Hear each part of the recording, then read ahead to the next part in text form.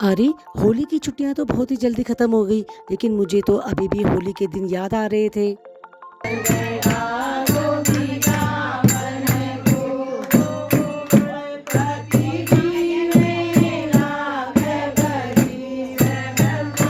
मैं तो सारा घर का काम करके होली की बैठक में भी जा रही थी और नई-नई कढ़ाई में मैंने 1 किलो हल्का खोया भून लिया था। हल्की आँच में हल्का-हल्का ब्राउन कर लिया था क्योंकि मुझे इसमें गुजिया जो बनानी थी। होली में मेरी गुजिया प्योर खोए की बनती है। उस भुने हुए खोए की जिसमें कि मेवा मिष्ठान मिला होता है, यानी काजू, बादाम, किशमिश, चिरौंजी, सौंफ और पिसा हुआ चीनी। मैंने सोचा था साथ ही आटे के मोमो भी बना लूँगी। एक स्टील की नई छलनी ले आई थी। इससे आसानी से बन जाते हैं, लेकिन टाइम ही नहीं था। कब गुजिया बनाती, कब मोमो बनाती, इसलिए मैंने ये प्लान ही छोड़ दिया और उस आटे से रोटियां बेल दी। टमाटर और मिर्च से जो चटपटी चटनी मैंने मोमो के लिए बनाई थी, उसे रोटी सब्जी के साथ चटपटे ढंग से खा लिया।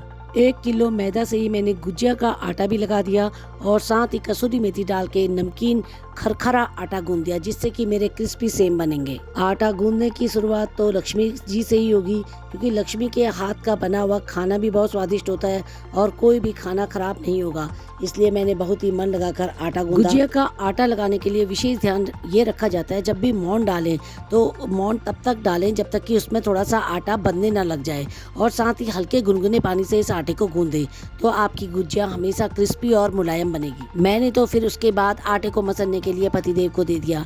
मैंने कहा था जब सब जगह समानता का अधिकार है तो आटा गूंदने में भी आपका अधिकार होना चाहिए, खाने में आपका अधिकार है। देख के उसके बाद मैंने इनको गर्मा गर्मा सब्जी और चपाती खिलाई। फिर हम तीनों लग गए मिलजुल कर गुजिया बनाने में। खोए की गुजिया बहुत ही साफ सफाई से बन रही थी और बिल्कुल प्योर खोया लाए हैं, ये हमें बिल्कुल पता था। और इसमें हमने अपने मनपसंद के ड्राई फ्रूट्स भी डाले थे।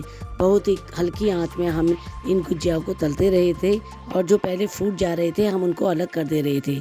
और इन गुजिया को तलने में मुझे 1.5 घंटा लग गया। कभी भी गुजिया को हल्की आंच में ही तलना चाहिए।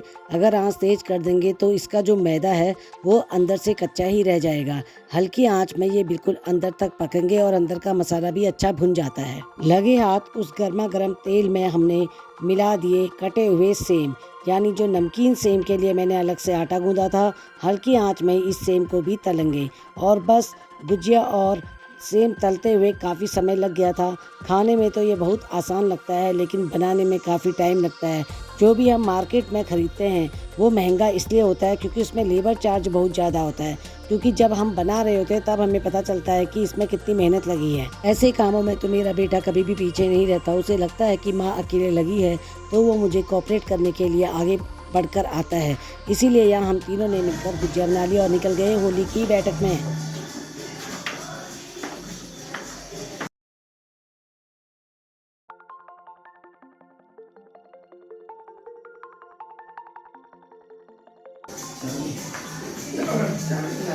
4 दिन लगातार होली की बैठक अटेंड करने के बाद हम गए फाइनल काली माई के मंदिर में। वहाँ पर सभी लोग छलड़ी के दिन होली खेल रहे थे और बहुत ही अच्छा मिलन हो रहा था। बहुत ही सुखद अनुभव हो रहा था कि हमारा हिंदू पर्व है।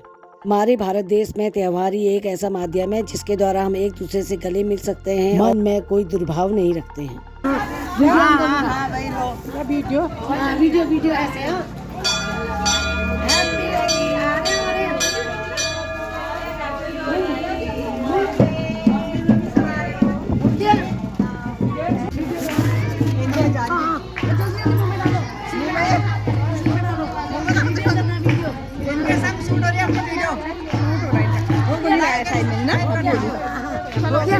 गया। 1 घंटा काली माई के मंदिर में जाने के बाद हम चले गए अपने मायके।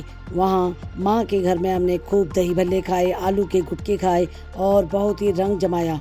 देखो वहाँ के बच्चों ने हम दोनों को ऐसे भिगा दिया। उन्होंने कहा आज ही तो मौका मिला है।